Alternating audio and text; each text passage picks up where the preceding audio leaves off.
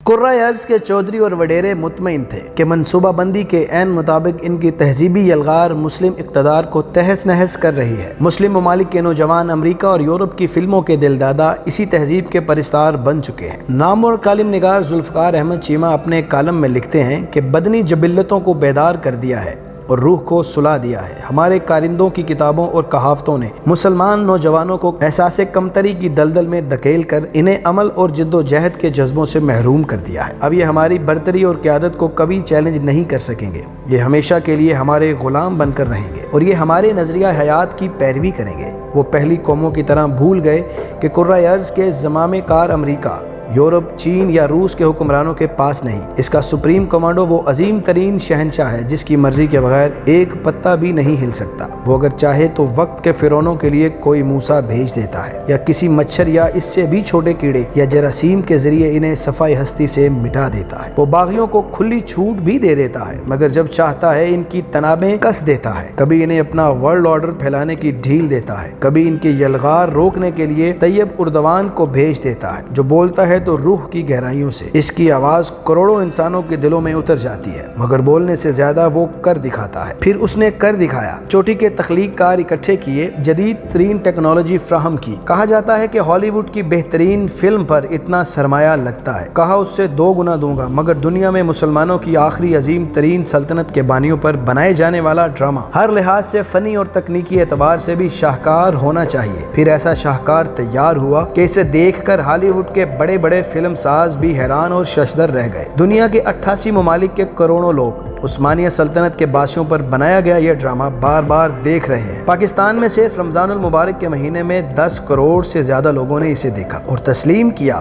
جب سفید گھوڑوں پر سوار جری سردار ارطغرل اسکرین پر نمودار ہوتا ہے تو ناظرین کے دل کی دھڑکنیں تھم جاتی ہیں اور جب اس کا گھوڑا اپنی اگلی ٹانگیں بلند کر کے ہنہناتا ہے تو لگتا ہے آسمان اس کی زد میں ہے اور اس کا سوار رستے میں آنے والی ہر رکاوٹ اور ظلم کے ہر نشان کو مٹا دے گا۔ ارطغرل اور اس کے جانثاروں کی بہادری اور اسے دین سے لازوال وابستگی، ظلم سے نفرت، انصاف کے لیے کسی بھی حد تک جانے کا جذبہ، نبی کریم صلی اللہ علیہ وآلہ وسلم سے بے پناہ عقیدت اور محبت۔ حضور صلی اللہ علیہ وآلہ وسلم کا نام آتے ہی ارطغرل اور اس کے جانثار کھڑے ہو کر سر جھکاتے ہیں اور عقیدتاً سینے پر ہاتھ رکھ لیتے ہیں۔ دیکھ کر دل سے آواز نکلتی ہے، یہ ہیں حضور صلی اللہ علیہ وآلہ وسلم کے ان جانثاروں کے سچے وارث جنہوں نے تاج و سردار کو کچل دیا تھا اور کیسر و کسرا کی عظیم سلطنتوں کو روند ڈالا تھا۔ ارطغرل کی شجاعت اور رفت کردار دیکھ کر دل گواہی دیتا ہے کہ واقعی اس جانشین 600 سال تک 3 بر اعظموں پر حکمرانی کرنے کا حق رکھتے تھے۔ بلا شبہ عظیم ترکوں کو اس ڈرامے نے وطن عزیز میں چلنے والی بھارتی فلموں اور گھٹیا ڈراموں کے ساتھ وہی حشر کیا جو فرعون کے دربار میں حضرت موسیٰ کے عصا نے جادوگروں کے سانپوں کے ساتھ کیا تھا، یعنی اڑا کر رکھ دیا ہے۔ ارطغرل کا جادو چل چکا ہے، ہر طرف سر چڑھ کر بول رہا ہے۔ ایک ریٹائرڈ سفیر بتاتے ہیں کہ عید کے دوسرے روز میں نے بیوی سے کہا، کئی مہینے ہو گئے ہیں انڈین فلم دیکھے ہوئے،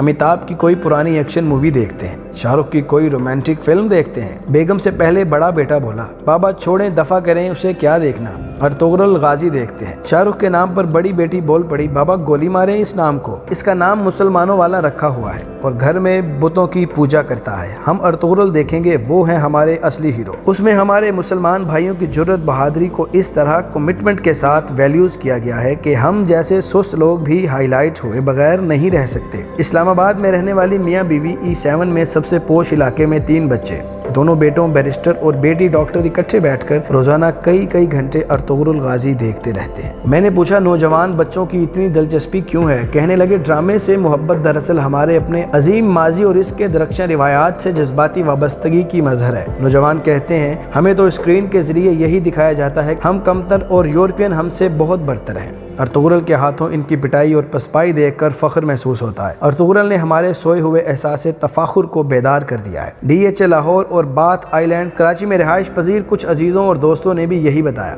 کہ ارطغرل غازی کے طلسم نے پورے کے پورے خاندان کے شہروں کو اپنی لپیٹ میں لے لیا ہے۔ 10 گھنٹے بیٹھ کر اپنے قابل فخر مسلمانوں کے کارنامے دیکھ کر اٹھنے لگتے ہیں تو بچے بیک زبان ہو کر اللہ اکبر کا نعرہ لگاتے ہیں۔ ملک کے ایک معروف اور معتبر تعلیمی ادارے میں پڑھانے والے پروفیسر صاحب سے طلبہ و طالبات کی رائے پوچھی تو کہنے لگے کہ سب کی متفقہ رائے ہے کہ ڈرامہ انتہائی انٹرٹیننگ ہے۔ دراصل عالمی انسپائرنگ، محصور کن اور منصوبہ سازوں کا پلان تو یہی تھا کہ پاکستان کے نوجوانوں کو فحش فلموں اور جنس زدہ ڈراموں کی لت ڈال دی جائے اور ان کی قوتوں اور صلاحیتوں کو اس کام پر لگا دیا جائے کہ وہ اسلام کے بنیادی عقائد پر شک کریں اور مغرب کے استحصالی نظام پر دنیا بھر میں لاکھوں بے بس گناہ مسلمانوں کا خون بہانے پر۔ امریکہ اور یورپ کا منصوبہ تو ٹھیک چل رہا تھا، مگر پھر ارطغرل آ گیا۔ اس نے ہر چیز کو تہ و بالا کر دیا۔ ایک غیر جانبدارانہ سروے کے مطابق ارطغرل کو اس کے جانثاروں کے گھوڑوں کے سموں کی آواز دنیا کے چوہدریوں پر لرزہ طاری کر رہی ہے، اس لیے انہوں نے زمانہ حال میں مسلم دنیا کے سب سے بڑے لیڈر اردوان کی نگرانی میں تیار ہونے والے اس شاہکار کو کلچرل بم کا نام دیا ہے، جو مسلم نوجوانوں کے احساس کمتری ختم کر کے ان کے اندر استعماری قوتوں کو آزادی حاصل کرنے کے جذبے پروان چڑھا رہا ہے، ان کے اندر ہی اپنی عظمت رفتہ حاصل کرنے کی چنگاری کو شعلے میں بدل رہا ہے۔ اسلام کی عظمت سے جڑی ہر کہانی سے بغض اور اناد رکھنے والے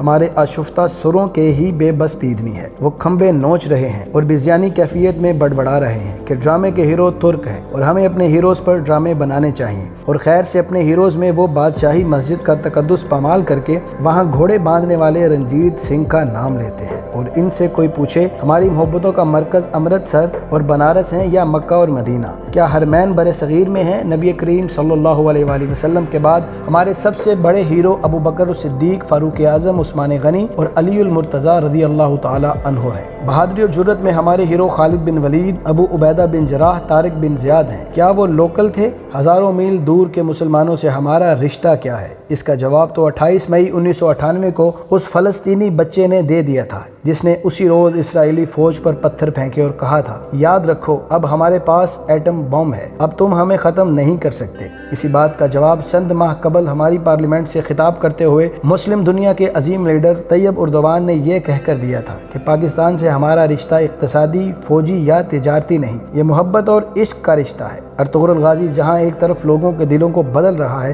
وہیں اس نے دنیا بھر میں فلم اور ڈرامے کا ٹرینڈ بھی تبدیل کر دیا ہے۔ اب مسلم دنیا میں مسلم ہیروز پر اعلیٰ پائے کی فلمیں بنیں گی اور ناول بھی لکھے جائیں گے۔ اب سے پاکستان میں کئی نسیم حجازی پیدا ہوں گے۔ ہمارے فلم سازوں، ڈرامہ نگاروں کو بھی موضوعات تبدیل کرنا ہوں گے۔ اب ہمارے قلم کاروں کو افلاس تخیل سے نجات حاصل کرنا ہوگی، اور ناظرین اب مقدس رشتوں کو پامال کرنے والے لچر ڈراموں سے متنفر ہیں۔ اس ضمن میں کیا ہمارے دامن میں کچھ ایسا ہے جو ہم دنیا اور نئی نسل کو دکھا سکے؟ ہاں، موجود ہے۔ ہمارے پاس اقبال کا انتہائی توانا فکر و فلسفہ اور قائد اعظم کی عظمت کرداری کی صورت میں بہت بڑا سرمایہ ہے۔ اقبال کے خواب اور نظریے کو قائد نے جس طرح تاریخی جد و جہد کے ذریعے عملی شکل دی اور پاکستان وجود میں آیا، یہ ایک ایسا موضوع ہے جس پر انتہائی خوبصورت اور مقبول ڈرامہ بنایا جا سکتا ہے۔ یہ بات طے ہے، مسلم دنیا خصوصاً ترکی اور پاکستان کی نوجوان کو اپنی منزل نظر آ چکی ہے۔ مزید اس طرح کی ویڈیوز دیکھنے کے لیے ہمارے چینل شہزاد رانا فیکٹس کو ضرور سبسکرائب کریں، اور اگر ویڈیو پسند آئے تو دوستوں کے ساتھ شیئر ضرور کریں۔